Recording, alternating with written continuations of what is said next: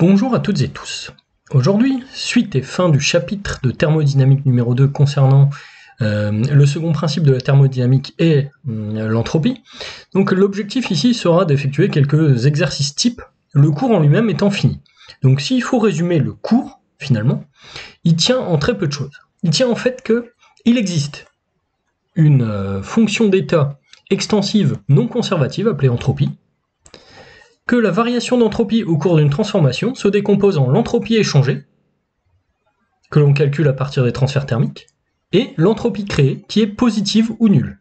Et donc ce principe devient ainsi un principe d'évolution, dans la mesure où le calcul de l'entropie créée permet de dire si la transformation que l'on étudie est une transformation envisageable ou non. Donc le but, ici on peut dire des exercices que l'on va traiter, ça va être d'effectuer ce qu'on appelle des bilans d'entropie. Donc, on va calculer la variation d'entropie, et à partir de la variation d'entropie, on va pouvoir trouver l'entropie créée en connaissant l'entropie échangée. Bon, en gros, l'idée, elle est simple. On sait que delta S vaut S échangé plus S créé. Delta S, c'est calculable. On a vu dans le cours précédent comment calculer delta S. S échangé, c'est calculable, car on sait que S échangé, c'est l'intégrale sur la transformation qui nous intéresse de delta Q sur la température de la surface extérieure, petit delta Q. Donc ici, une fois qu'on a calculé S échangé et delta S, on trouve S créé, et ainsi on peut immédiatement savoir si la transformation est viable ou non. Donc on va essayer de faire tourner le premier et le second principe sur différents exemples pour illustrer le fonctionnement finalement de ce second principe. Alors, le premier cas qu'on va étudier, c'est un cas très simple, où on met en contact deux solides. Donc ici, le système que l'on va étudier, il va être assez simple à étudier. C'est le système constitué de S1 et S2, les deux solides, que l'on met en contact dans une enceinte calorifugée. Donc ici, le système constitué de S1 et S2, il est fermé dans une enceinte calorifugée, donc le système est lui-même calorifugé. Donc la transformation que l'on va étudier, on sait que ça va être une transformation adiabatique. Ce qui signifie que le transfert thermique, ou la chaleur échangée avec l'extérieur Q, s'annule. Et dans la mesure où on a des solides, on va considérer qu'on a une transformation isochore en suivant le modèle de la phase condensée idéale, c'est-à-dire incompressible et indilatable. Donc ici, finalement, on va partir d'un état initial où S1 de masse M1 sera la température T1, S2 de masse M2 à la température T2. Alors ici, on dit solide identique, donc M1 égale M2. Et les capacités thermiques aussi seront identiques, donc égales. À l'état final, on sait que le solide S1, enfin le système S1 plus S2, sera à la température TF. Alors ce qui nous amène à cette notion ici, c'est le fait qu'à l'état final, le système sera à l'équilibre thermique. Et plus généralement à l'équilibre thermodynamique. Alors, ici, ce qui va nous rester à faire maintenant, c'est appliquer le premier et le second principe pour pouvoir, effectuer un bilan d'entropie. Alors, le premier principe,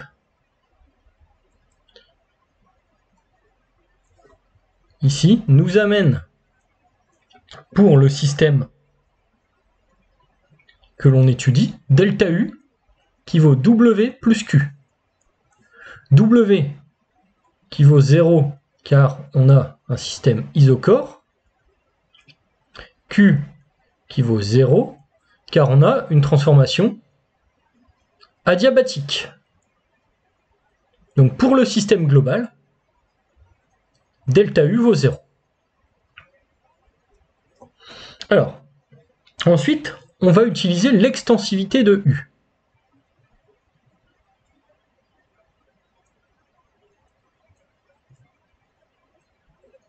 On sait que delta U, pour le système, c'est delta U1 pour le premier sous-système, plus delta U2 pour le deuxième sous-système. Dans la mesure où on a des phases condensées idéales, c'est-à-dire incompressibles et indilatables, eh bien on sait ici qu'on peut écrire C1 TF moins T1, et qu'on peut écrire ici C2 TF moins T2, pour les transformations respectives du sous-système S1 et du sous-système S2. Donc, sachant que les deux solides sont identiques,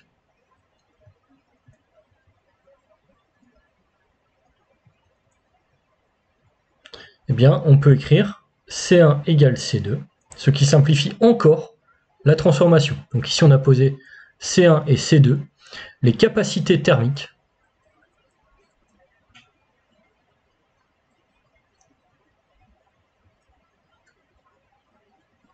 des solides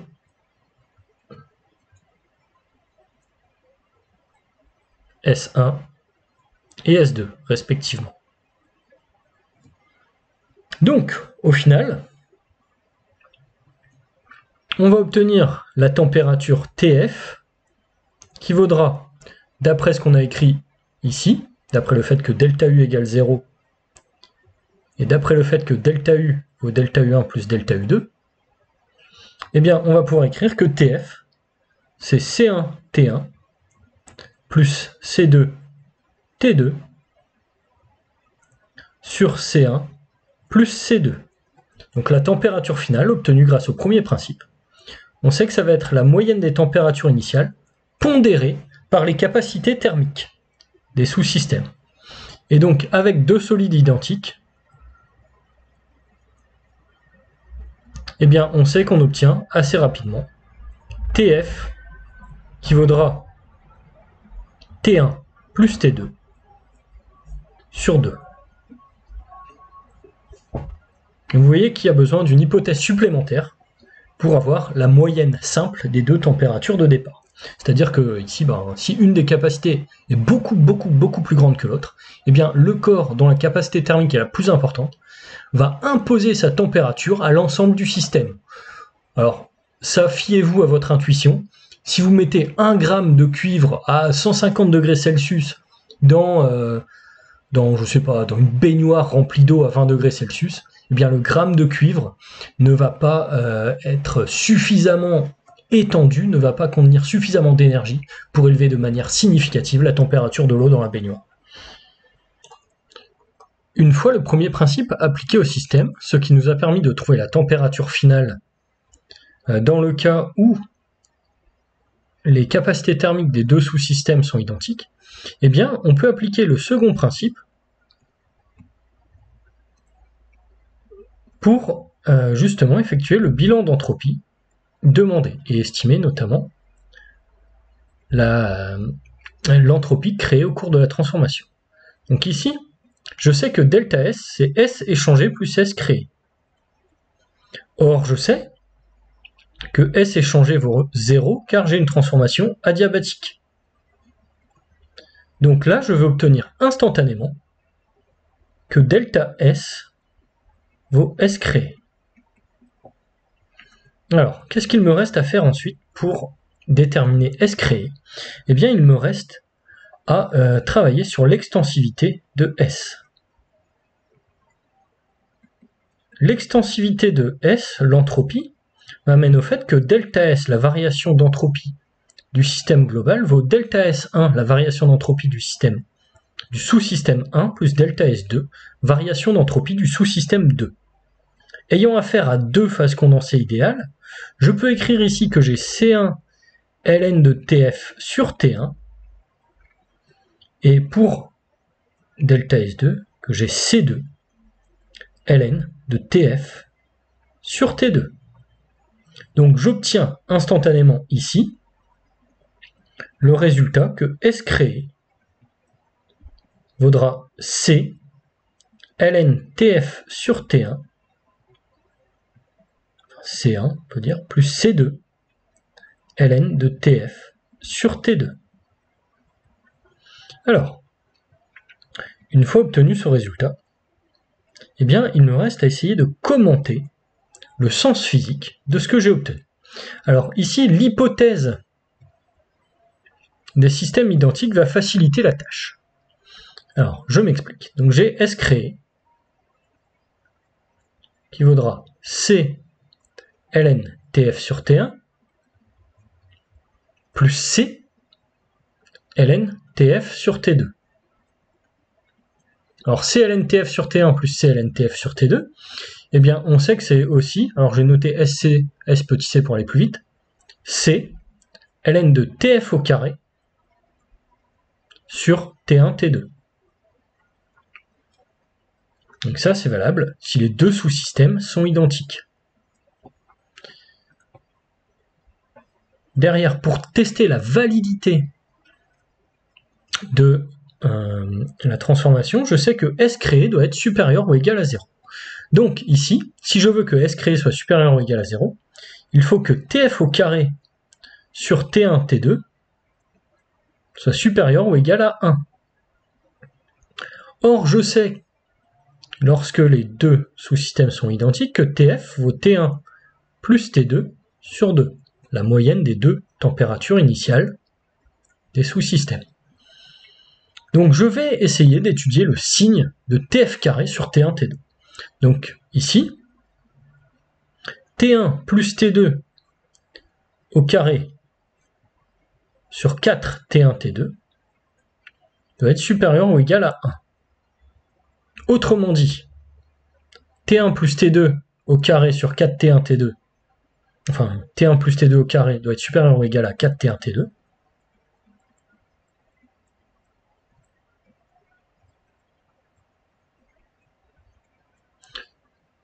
Ce qui me fait que T1 carré plus 2 T1 T2 plus T2 carré doit être supérieur ou égal à 4 T1 T2. Je retranche 4 T1 T2, et là, qu'est-ce que j'obtiens? Eh bien, j'obtiens que simplement T1 carré moins 2 T1 T2 plus T2 carré doit être supérieur ou égal à 0. Soit, eh bien ici, de manière assez simple, en identifiant une identité remarquable justement, T1 moins T2 au carré doit être supérieur ou égal à 0. Donc là, on voit une chose, eh bien, on voit que S créé supérieur ou égal à 0 est forcément vérifié. Et on peut aller même un petit peu plus loin, en disant que si T1 est différent de T2, S créé est forcément supérieur strict à 0. Alors ça, qu'est-ce que ça implique? Ça implique que le fait qu'un système atteigne l'équilibre thermique après homogénéisation de température est source de création d'entropie. Donc ici, on peut dire l'homogénéisation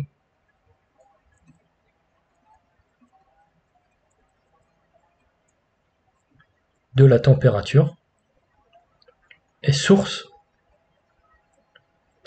d'irréversibilité, car la création d'entropie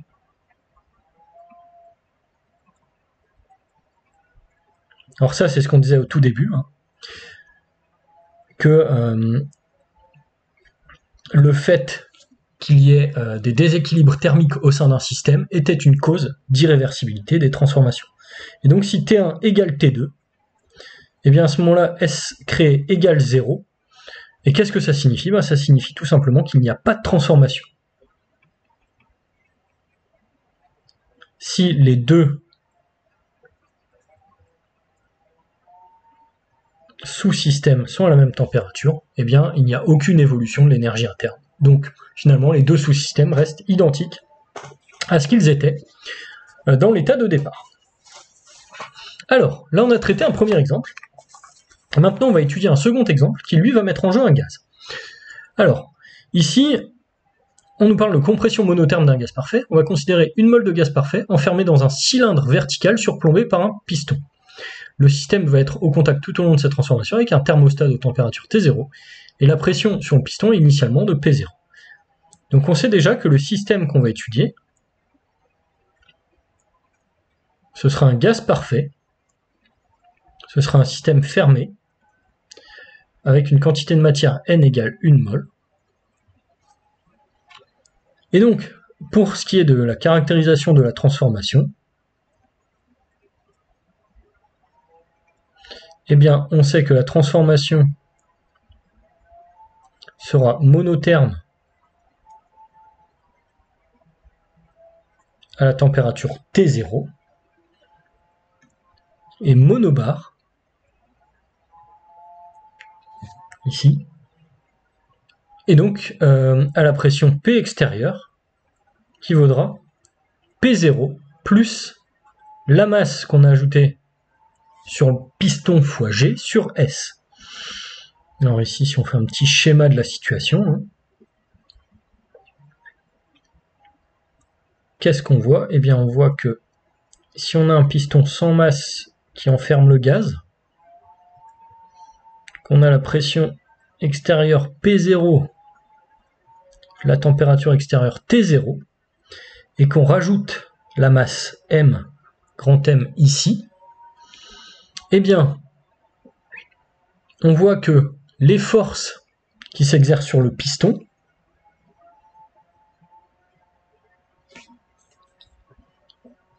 donc, si on considère comme système le piston,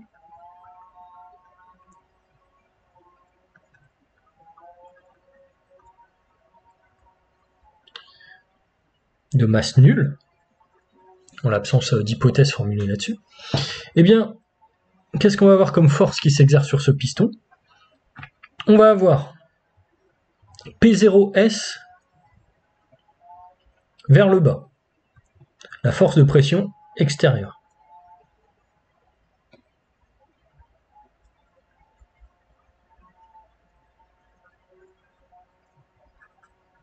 Alors si on prend un axe des X vertical ascendant par exemple,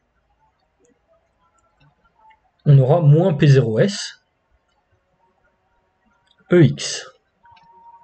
On va rajouter à ceci la force associée au poids de la masse M. Donc moins mg EX. Et la force de pression intérieure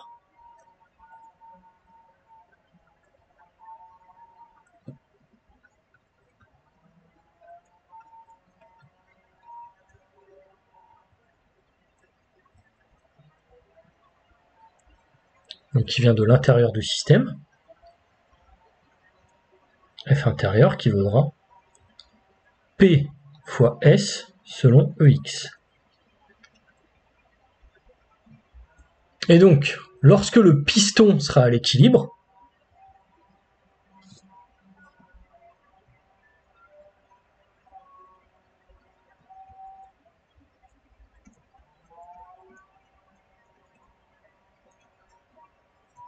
eh bien, qu'est-ce qu'on va avoir? On va avoir F ext plus F int plus PM égale le vecteur nul.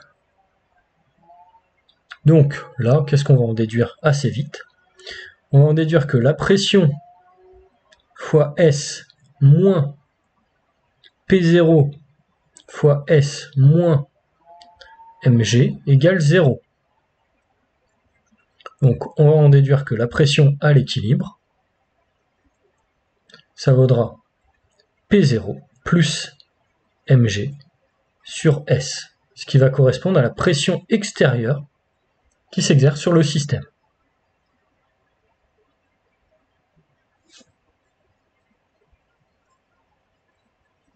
Alors, une fois qu'on a travaillé sur le piston à l'équilibre, eh bien on peut caractériser l'état initial et l'état final du système. À l'état initial, donc on sait qu'on va avoir la quantité de matière N, la température T0, la pression P0, un volume V0. Et à l'état final,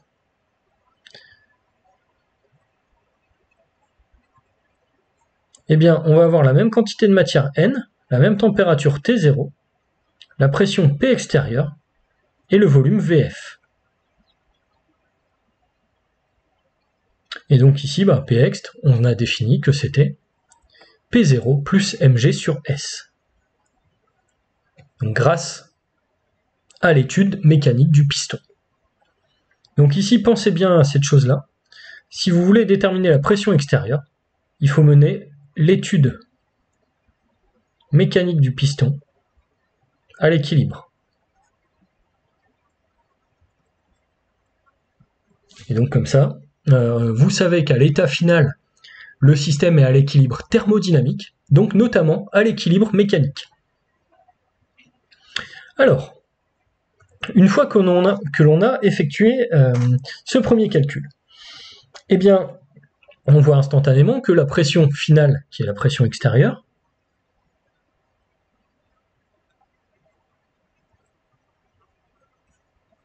est supérieure à la pression initiale. Ça, on pouvait s'y attendre. Et donc, on va poser, alors ça, l'énoncé ne nous le dit pas, mais pour plus de commodité sur la suite du calcul, on pose que P final, ça vaut P0, facteur de 1 plus X, avec X, donc qui vaudra mg sur P0S. Donc ça, c'est un paramétrage ici que l'on va effectuer, qui va nous permettre d'alléger un petit peu la suite des calculs. Alors, derrière, ce qu'on va faire, eh bien, on va simplement appliquer le premier principe de la thermodynamique au système que l'on était en train d'étudier préalablement, donc au gaz. On sait que delta U vaut W plus Q. Alors, pour un gaz parfait,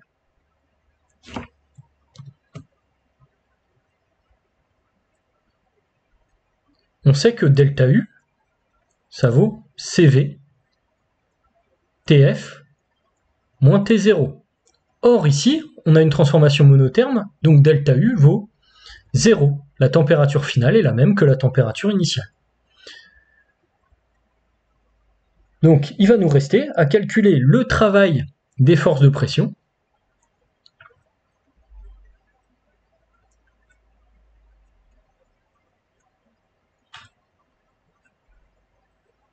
pour réussir à trouver Q. Alors, W vaut moins l'intégrale de la pression extérieure d de V. Or, on sait que la pression extérieure, c'est la pression finale qui vaut P0 facteur de 1 plus X. Donc, ici, eh bien, on va pouvoir écrire très simplement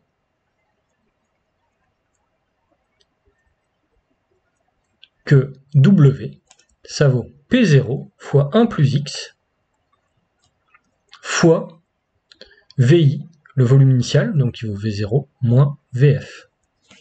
Donc ici, comme la transformation est monobar, eh bien je peux sortir la pression extérieure de l'intégrale qui se trouve ici.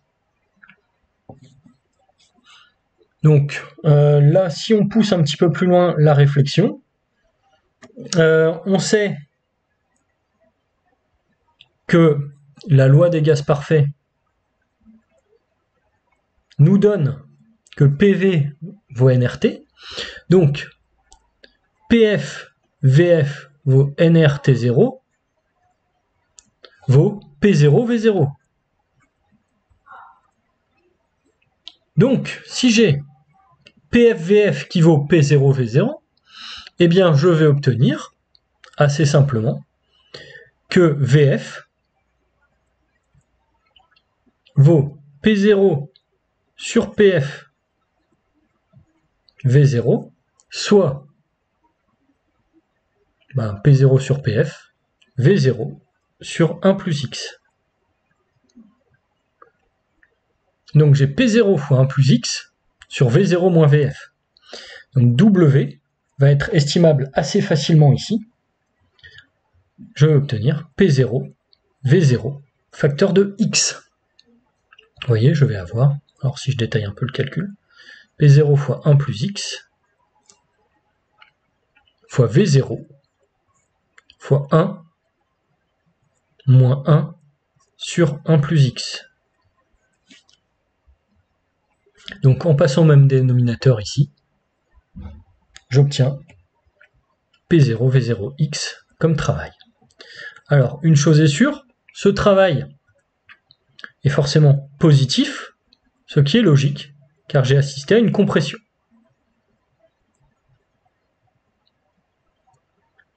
Donc là, j'ai déterminé le travail des forces de pression. Derrière, je combine le fait que delta U vaut 0 avec le fait que W vaut P0, V0x pour trouver la chaleur. Et donc ici, je sais que la chaleur ou le transfert thermique Q vaut moins W, donc vaut moins P0, V0 fois X. Alors, il me reste maintenant à appliquer le second principe pour déterminer l'entropie créée. L'application du second principe au système va m'apporter l'information sur l'entropie créée. Alors, le second principe, que me dit-il? Eh bien, le second principe m'apporte le fait que la variation d'entropie du système vaut l'entropie échangée plus l'entropie créée. Alors, pour ce qui est de la variation d'entropie, je sais que j'ai affaire à un gaz parfait en transformation monotherme. Donc, delta S, ici, a tout intérêt à faire apparaître soit les pressions et les températures, soit les volumes et les températures. Donc, je sais que delta S vaut NR sur gamma-1, ln2 TF VF gamma-1 sur T0 V0 gamma-1. La transformation monotherme me dit que T0 vaut TF, à condition que j'ai un état d'équilibre à l'état initial et à l'état final, évidemment. Et donc, ici, eh bien, il va me rester VF gamma-1 sur V0 gamma-1. Or, je sais, d'après ce que j'ai vu juste avant, que VF sur V0 vaut 1 sur 1 plus X.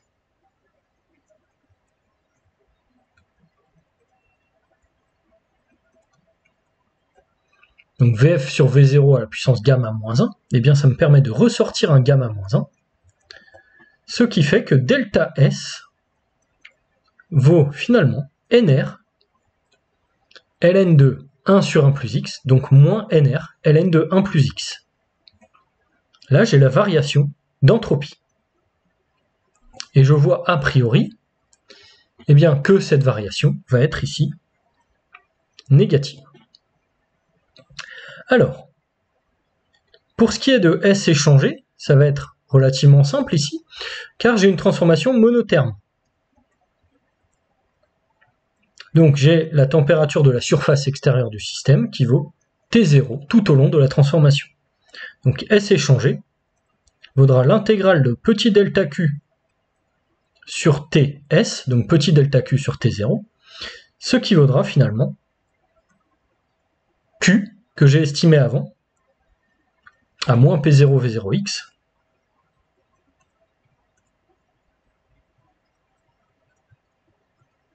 sur T0.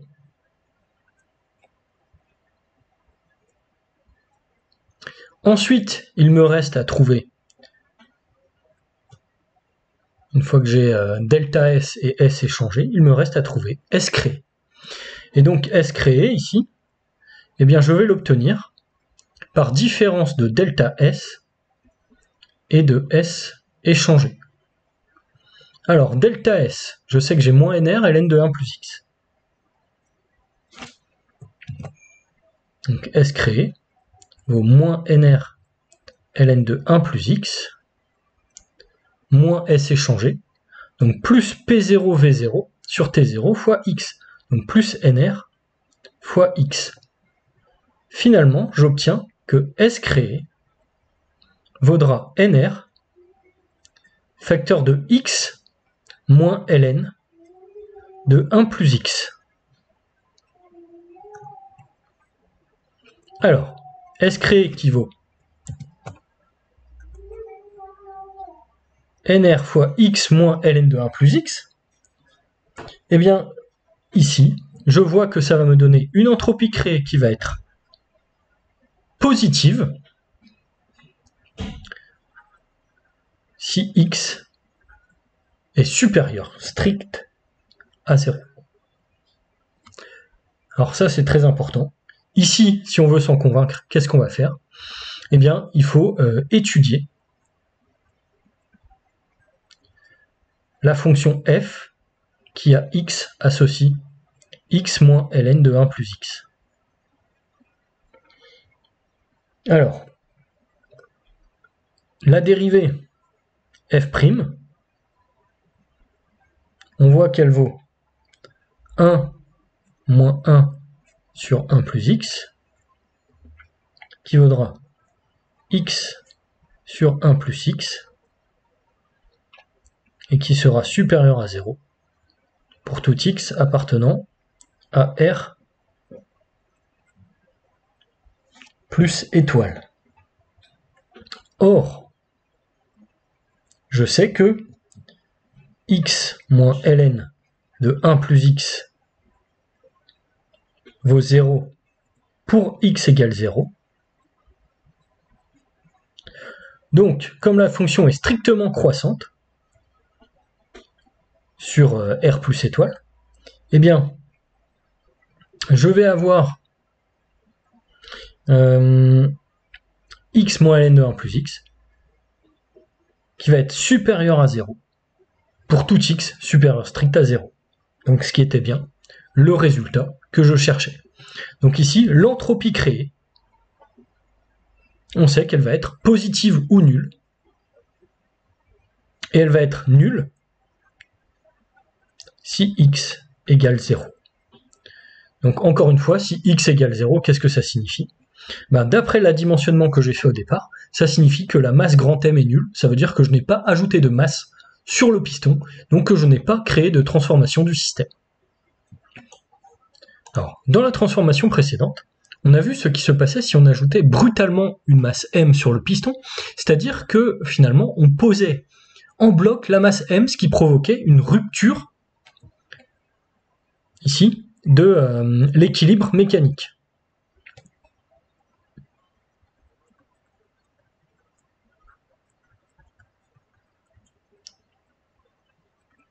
Et on a vu donc que la rupture de l'équilibre mécanique provoquait de manière certaine la création d'entropie. Et donc la rupture de l'équilibre mécanique, comme on s'y attend, est une cause d'irréversibilité. Maintenant, on va regarder ce qui se passe si on ajoute grain par grain la même masse m, à tel point que la transformation devient quasi statique. Alors, si la transformation est quasi statique, ça veut dire qu'à tout instant, P égale P extérieur, avec la pression extérieure qui va varier, et ça veut dire aussi qu'on va avoir une transformation isotherme, c'est-à-dire qu'on va laisser le temps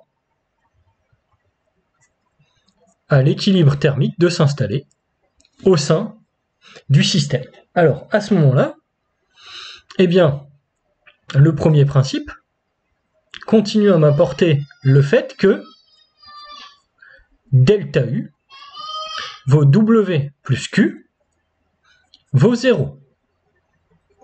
Le travail W, je sais qu'il vaut moins l'intégrale de Pxt dV avec P égale Pxt. Et la loi des gaz parfaits, eh bien, m'apporte la connaissance de la loi qui fait que P vaut N fois R fois T0 sur V. Donc ici, le travail des forces de pression devient finalement W, qui vaut moins l'intégrale de V0 à Vf de P d de V, donc moins l'intégrale de nRT0 sur V. Donc finalement, le travail devient nRT0 fois ln de 1 plus x. En appliquant les notations trouvées précédemment. Par conséquent, je sais que Q vaut moins W, car delta U vaut 0, vaut moins nRT0, ln de 1 plus x.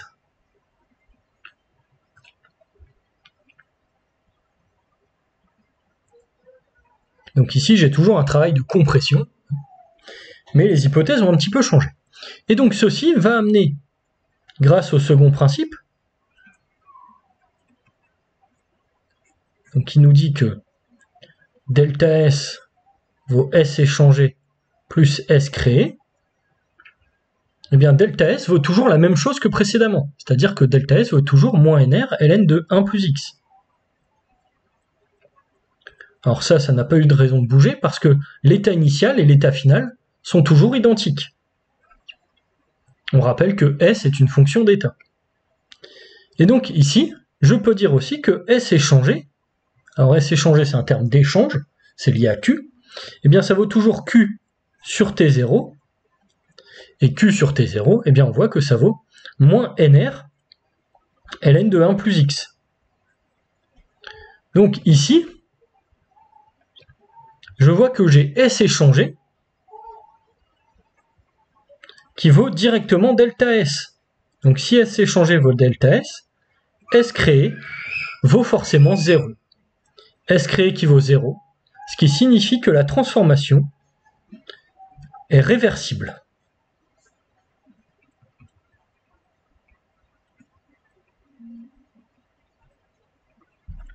Alors, si la transformation est réversible, et ici, voilà, je rappelle que j'ai utilisé le fait que S était une fonction d'état pour ne pas avoir à recalculer delta S, je sais qu'il est le même que précédemment, eh bien, ça veut dire que le fait de faire varier très lentement les contraintes exercées sur un système et de permettre au système à tout instant de s'équilibrer avec l'extérieur, va transformer, en supposant les transformations infinitésimales, c'est-à-dire infiniment lentes ici, eh bien, va transformer une transformation qui était irréversible en posant brutalement la masse m en transformation réversible en posant la masse, eh bien, petit élément de masse par petit élément de masse. Alors évidemment, la transformation réversible, ici, ça n'est qu'un cas théorique, c'est-à-dire qu'en réalité, même si on travaille avec des grains de sable, la pose de chaque grain de sable va provoquer une mini rupture d'équilibre, et chaque mini rupture d'équilibre va créer un tout petit peu d'entropie. Mais en première approche, si on idéalise le scénario ici, eh bien on va pouvoir considérer qu'on a créé une transformation réversible. Mais pour cela, il faut faire attention qu'il faut que la transformation soit infiniment lente. C'est-à-dire qu'on dispose d'un temps infini pour la réaliser. Donc ça n'est évidemment pas possible. Alors, un autre cas, entre guillemets, d'école que l'on va étudier, c'est la détente de Joule-Gay-Lussac. Alors la détente de Joule-Gay-Lussac, qu'est-ce que c'est? C'est une détente adiabatique d'un gaz parfait dans le vide. Alors ici, on étudie un récipient calorifugé rigide indéformable qui comporte deux compartiments séparés par une cloison mobile de volume V1 et V2. À l'état initial, le compartiment 1 contient un gaz décrit par les variables état P1, V1, T1, et le compartiment 2 est vide, et à T égale 0, on retire la cloison mobile qui sépare les deux parents. Il faut ensuite trouver l'état final du système et réaliser un bilan d'entropie. Alors, ici donc, on sait que le système que l'on va considérer, c'est un système fermé,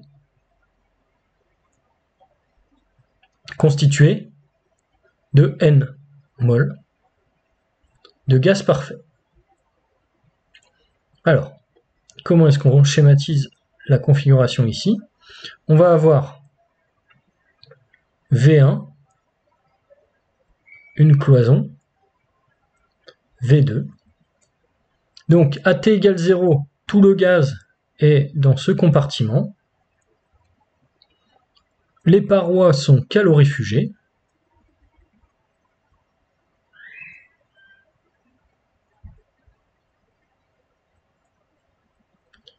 Donc là, on a l'état initial. Et à l'état final, eh bien, j'ai le gaz qui va occuper le volume V1 plus V2. C'est-à-dire que j'ai enlevé la paroi. Donc je vais avoir la même quantité de matière.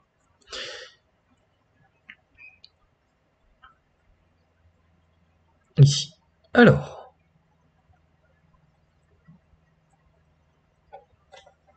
la transformation, je vais essayer de la qualifier.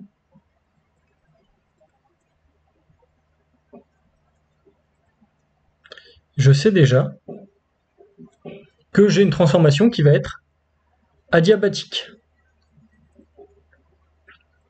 Donc adiabatique, ça va me donner Q égale 0. Et donc, je vais partir d'un état initial où j'ai P1, V1, T1 et la quantité de matière N, pour arriver à un état final où j'aurai PF. VF, on sait qu'il vaudra V1 plus V2, donc ça c'est une information importante, une température T2 et la quantité de matière N. Alors, ici, ce que je vais faire, c'est que je vais appliquer le premier principe.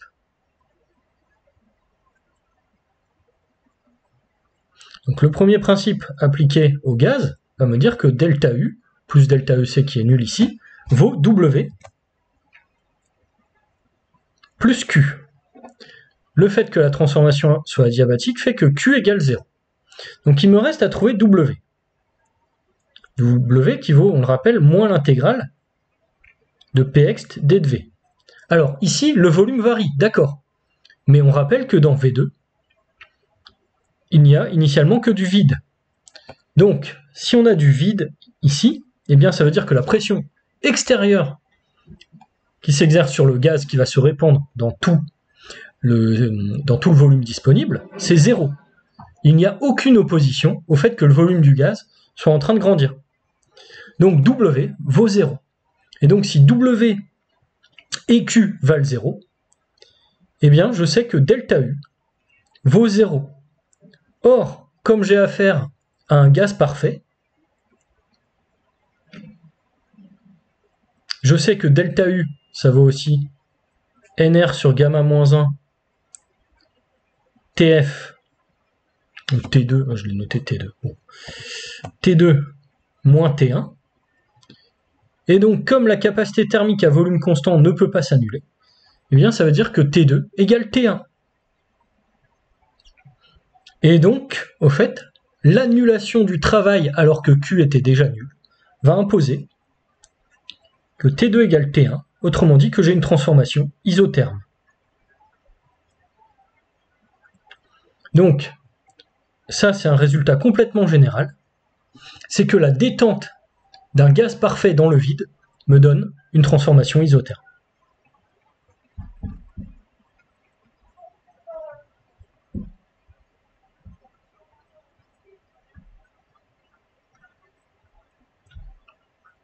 Alors, pour étudier l'entropie, donc ici, ce qui va me rester à faire, c'est appliquer le second principe. Alors, vous voyez, c'est une transformation un petit peu particulière, la détente dans le vide. Alors, détente dans le vide, au fait, c'est comme si on avait, je reviens là-dessus, une transformation monobar avec une pression extérieure nulle.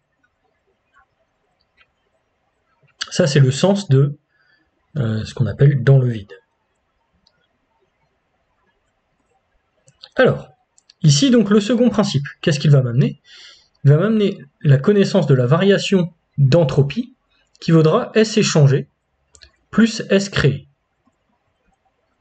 Alors, ici, je sais déjà que S échangé, qui vaut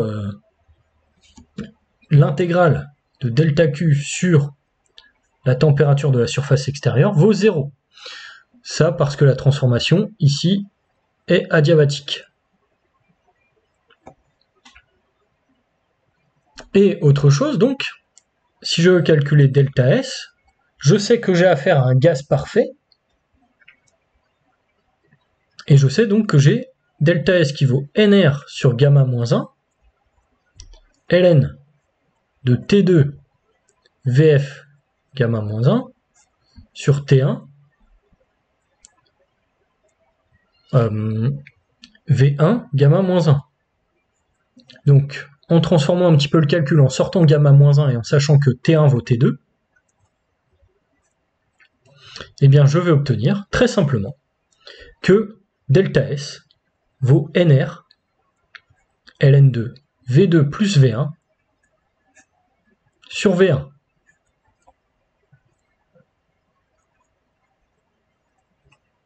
Alors, j'ai obtenu delta S,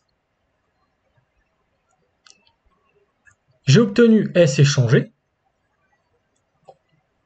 eh bien je vais obtenir S créé. S créé, on sait que ce sera delta S moins S échangé, qui vaudra delta S tout court ici, qui vaudra NR ln2 V2 plus V1 sur V1. Et donc là, sans autre choix possible,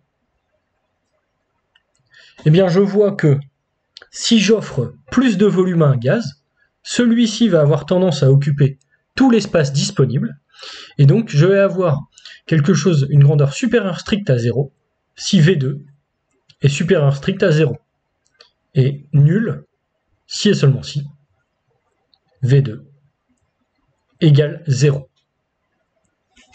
Donc là, je vois instantanément une chose, je vois que le seul moyen que l'entropie de ce système ne croise pas sous l'effet d'une création d'entropie, eh bien c'est simplement de ne pas offrir de volume supplémentaire au gaz. Donc ici, au fait, ce que j'ai rompu,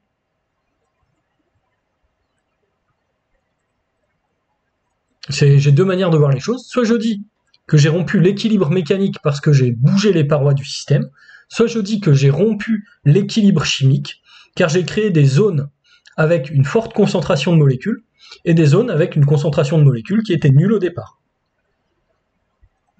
Donc là, la rupture d'équilibre initiale a créé de l'irréversibilité.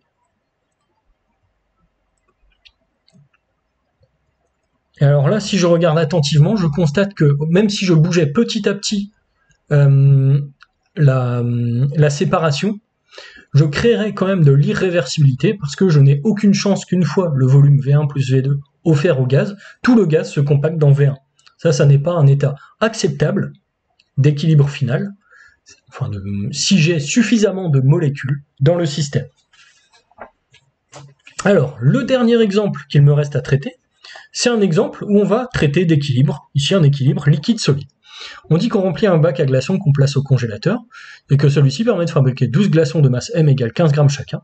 L'eau initialement à T1 égale 25 degrés Celsius, passe progressivement à la température T2 qui vaut moins 18 degrés Celsius. On va chercher l'état final du système, puis réaliser un bilan d'entropie. Et donc on nous donne ici différentes grandeurs, les capacités thermiques massiques de l'eau liquide, solide, et l'enthalpie massique de fusion de l'eau. Donc le système que l'on va étudier, ce sera un système fermé, constitué de la masse totale Mt, qui vaudra 12 fois petit m, constitué d'eau. Et donc l'eau, on sait que au niveau de la transformation, au cours de la transformation,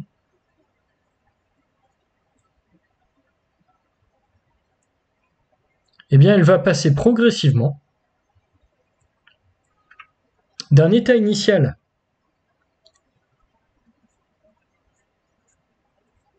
d'eau liquide à la température T1 pour arriver à un état final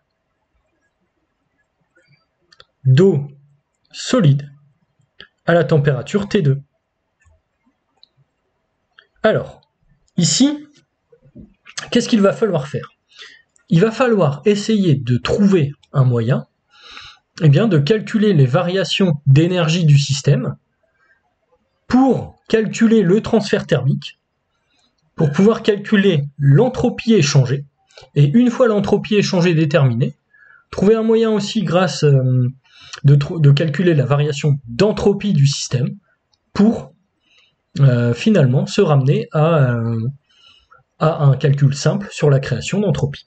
Alors, on sait une chose, c'est que dans un congélateur, la transformation est monobare, sous la pression P atmosphérique, et qu'elle est aussi monotherme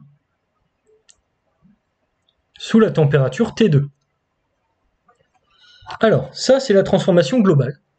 Et ce que je vais faire, c'est que je vais scinder la transformation globale en plusieurs sous-transformations. Et sur chaque sous-transformation, je vais avoir moyen de calculer très simplement les variations. Eh bien, alors ici, je sais que je ne vais pas utiliser l'énergie interne, les variations d'enthalpie. Alors pourquoi je ne vais pas utiliser l'énergie interne? Parce que je sais que le volume va varier. Et je sais que la transformation est monobare. Alors, la première sous-transformation, eh bien, je vais faire passer progressivement le liquide de T1 à T0, qui vaut 0 degrés Celsius. Donc, je vais obtenir un premier état intermédiaire, où je vais avoir de l'eau liquide à la température T0 de changement d'état. Puis, je vais créer une deuxième transformation qui va être la création de glace à la température T0. Donc ici, je vais avoir une solidification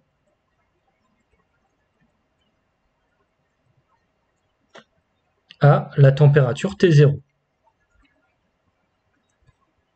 Puis, je vais obtenir un dernier état intermédiaire où j'ai solidifié l'eau à T0. Et donc, la dernière transformation que je vais observer, c'est la transformation qui va me permettre d'amener l'eau solide de T0 à T2. Et donc, maintenant, je vais exploiter toutes ces sous-transformations pour calculer très simplement le transfert thermique, puis l'entropie échangée. Alors, le premier principe, que me dit-il? Le premier principe me dit quelque chose de très simple, c'est que j'ai une transformation qui va être monobare à la pression atmosphérique, et on peut même aller plus loin, en disant que cette transformation sera isobare. Pourquoi est-ce qu'elle sera isobare? Parce que l'adaptation de la pression du système est beaucoup plus rapide que tous les échanges thermiques qui vont permettre soit l'évolution de la température, soit les changements d'état. Donc en tout cas, que ce soit isobare ou monobare, ça ne change rien. Je vais pouvoir écrire que delta H du système vaut le travail utile plus Q, avec un travail utile ici qui est nul. Donc je sais que delta H vaut Q. Donc là, je sais que j'ai un outil maintenant pour estimer le transfert thermique. Alors la question est, que vaut delta H? Eh bien ici, je vais utiliser le fait que H est une fonction d'état. Alors si H est une fonction d'état, ça veut dire que delta H global pour le système, c'est delta H sur la première sous-transformation, plus delta H sur la deuxième, plus delta H sous la troisième. Donc là, j'ai choisi parmi tous les chemins possibles pour aller de l'état initial à l'état final, un chemin qui me donne un calcul de H très simple. Alors, je m'explique. Delta H1, je sais que j'ai affaire à de l'eau, une masse Mt d'eau, donc qui présente la capacité thermique Mt fois Cl, qui va passer de T0, enfin de T1 à T0. Je vais ensuite avoir une deuxième transformation où je vais faire passer la masse M total d'eau de l'état liquide à l'état solide. Donc je rappelle une chose, je rappelle que lorsque je fais passer cette masse d'eau de l'état liquide à l'état solide, je crée une transformation inverse de la fusion, la solidification. Donc la variation d'enthalpie ici, ce sera la masse totale fois l'opposé de l'énergie nécessaire pour passer du solide au liquide. Donc ici, je vais prendre l'énergie nécessaire pour aller du liquide au solide, rapportée à 1 kg. Plus, dernière chose, je vais prendre une masse MT d'eau à la capacité thermique CS pour le solide, que je fais passer de T0 à T2.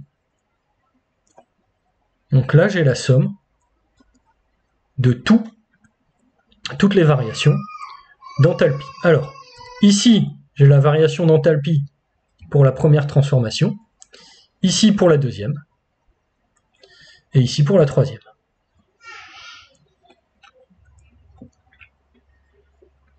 Alors, je vais préciser un petit peu plus encore ce que ça signifie. Donc ici, on rappelle que c'est l'eau liquide, donc de capacité thermique MT fois la capacité thermique massique de l'eau liquide, avec la température qui varie de T1 à T0. Ici, j'ai de l'eau liquide qui passe à l'eau solide avec une masse MT. Et puis ici, eh bien, j'ai de l'eau sous forme solide de capacité thermique qui vaut la masse totale fois CS, qui va passer de T0 à T2. Et donc ici, le changement d'état se fait à la température T0. Ok, donc une fois que j'ai obtenu ceci, eh bien il me reste maintenant à appliquer le second principe. Donc là j'ai trouvé Q qui vaut delta H, qui vaut ce que j'ai écrit précédemment. Et donc, je vais appliquer le second principe pour tenter de trouver l'entropie créée. Alors, le second principe me dit qu'il existe une fonction d'état S appelée entropie, telle que pour un système fermé, delta S, donc fonction d'état extensive non conservative, delta S vaut S échangé plus S créé. Et donc, ici, S échangé, je sais que c'est l'intégrale de delta Q sur la température de la surface extérieure du système. La température de la surface extérieure du système, c'est la température du congélateur, parce que j'ai une transformation qui est monotherme. Et donc, je vais avoir ici delta H sur T2. Donc finalement, j'obtiens S échangé très simplement. Donc S échangé vaudra delta H sur T2, donc M total sur T2, facteur de CL T0 moins T1, plus, enfin moins LF, plus CS T2 moins T0. Alors ça fait des calculs un petit peu lourds, faut pas avoir peur, il faut juste être rigoureux au moment de faire les applications numériques. Ok, j'ai S échangé ici. Donc maintenant, je vais calculer delta S.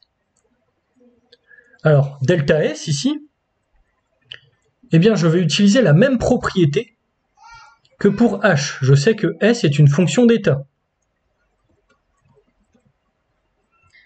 Donc, si S est une fonction d'état, eh bien je peux couper delta S en 3 sous-parties. Je sais que delta S sera delta S1 plus delta S2 plus delta S3. Alors, ici, je sais que j'aurai la masse totale fois, alors pour delta S1, c'est ln de T0 sur T1, plus la masse totale fois moins LF sur T0, la température de changement d'état. Alors ça, on rappelle que c'est le delta S massique de solidification,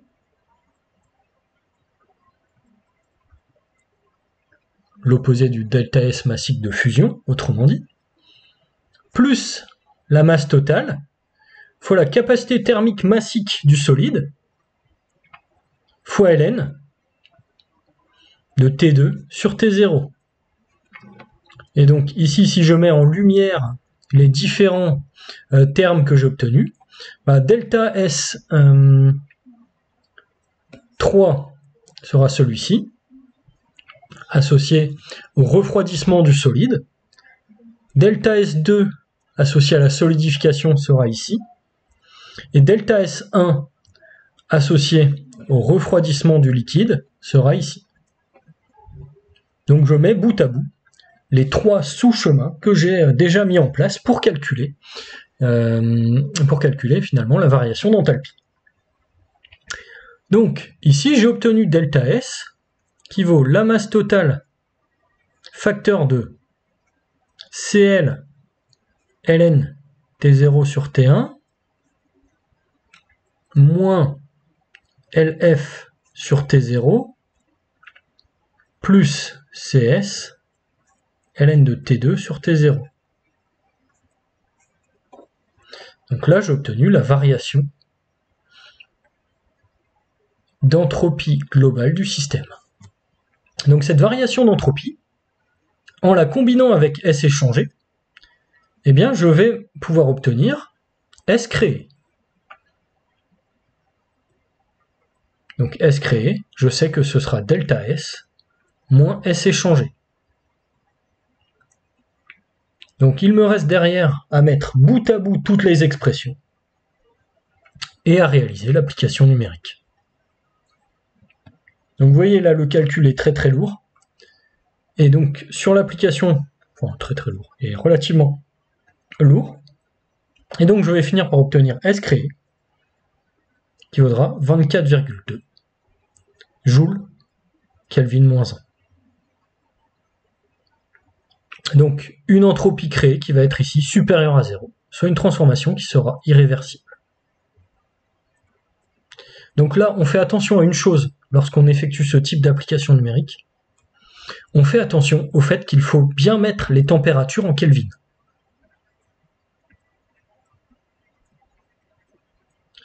Les masses en kilogrammes si on veut travailler en unité SI. Et en effet, si vous regardez là au fait dans les logarithmes, T0 sur T1 en degrés Celsius ou en Kelvin, ça vous donne pas du tout la même chose. Et puis surtout, si T0 égale 0 degrés Celsius, vous allez annuler l'argument du ln, ce qui est strictement interdit mathématiquement. Donc ici, cet exemple clôture le chapitre sur l'entropie par un bilan d'entropie sur une transformation un petit peu plus complexe. Alors, si on fait le bilan de cet exemple, eh bien, on constate que tout a résidé sur un découpage propre de la transformation au départ. Donc, on résume l'idée de l'exercice. Ici, on veut faire un bilan d'entropie, trouver l'entropie créée. Donc, si on veut trouver l'entropie créée, il faut trouver delta S.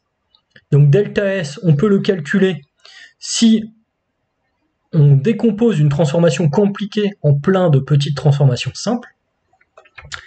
Et S échangé, on le trouve grâce à la connaissance de Q, Q qui est trouvé grâce au premier principe. Ici, on pense que comme on a des changements d'état, ça c'est une chose très importante,